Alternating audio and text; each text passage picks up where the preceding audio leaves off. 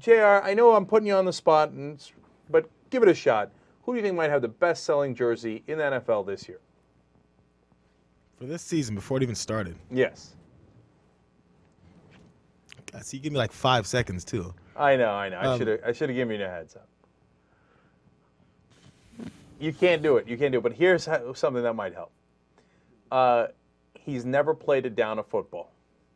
Yeah, I was assuming somebody hasn't been in yet. And that's why my original guess is going to be Sam Bradford before I win anything. But then nobody cares about the Rams except for me. No. When you find out, it's going to make you mad. Oh, yeah, it's Tim Tebow. There you go. Oh, I was going to guess Tim Tebow. Get out of here. I swear to God, but then I was like, no, Tim Tebow plays college football, right? Well, he used to. Now he plays the pros. Oh, I should have said Tim Tebow. I would have been so proud of my goddamn self. Now everybody's having fun. Okay, so here's the situation. Number one, best-selling jersey. Why? For a number of reasons. One, of course, because of the religion angle, right?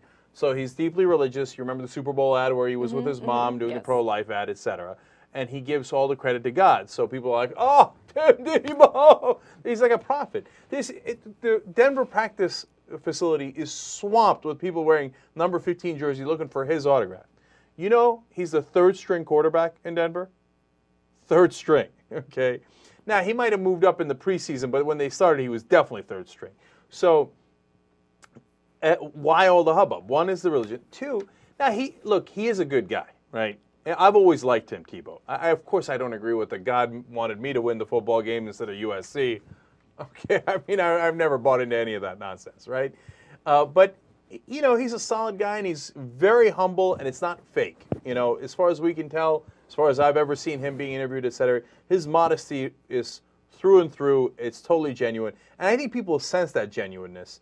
And so I think that's a reason why people are attracted to him. Number three, let's keep it real. He's white, right? For a long time. And I'm not just saying that, like, I'm not accusing the country of being racialist or anything. It's just a fact, right? There's more white people in the country than there are black people. For a long time in the NFL, the best-selling jersey was Jason Sehorn, a fairly irrelevant, you know, defensive back for the New York Giants. He was pretty good for a while, but he was nowhere near the top, but he was white. Again, it makes sense. A white kid growing up thinks, hey, you know, I want to be like Jason Sehorn, or in this case, like Tim Tebow.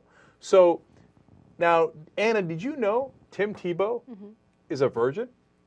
Or he claims to be. Or he claims to be. He Please. claims to be, right? I don't know if he's being that upfront about that.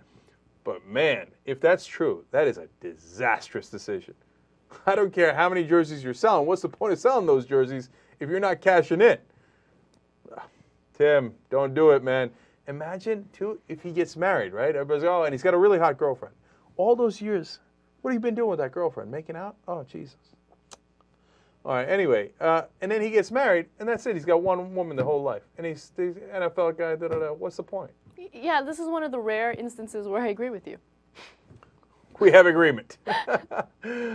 All right, so now you know. Fascinating stuff. Let's see if he ever gets in a football game literally in his entire life. He might never get in an NFL football game. It's a funny world. But I hope he does. I like him. I really do. Except for the virgin stuff, which is crazy.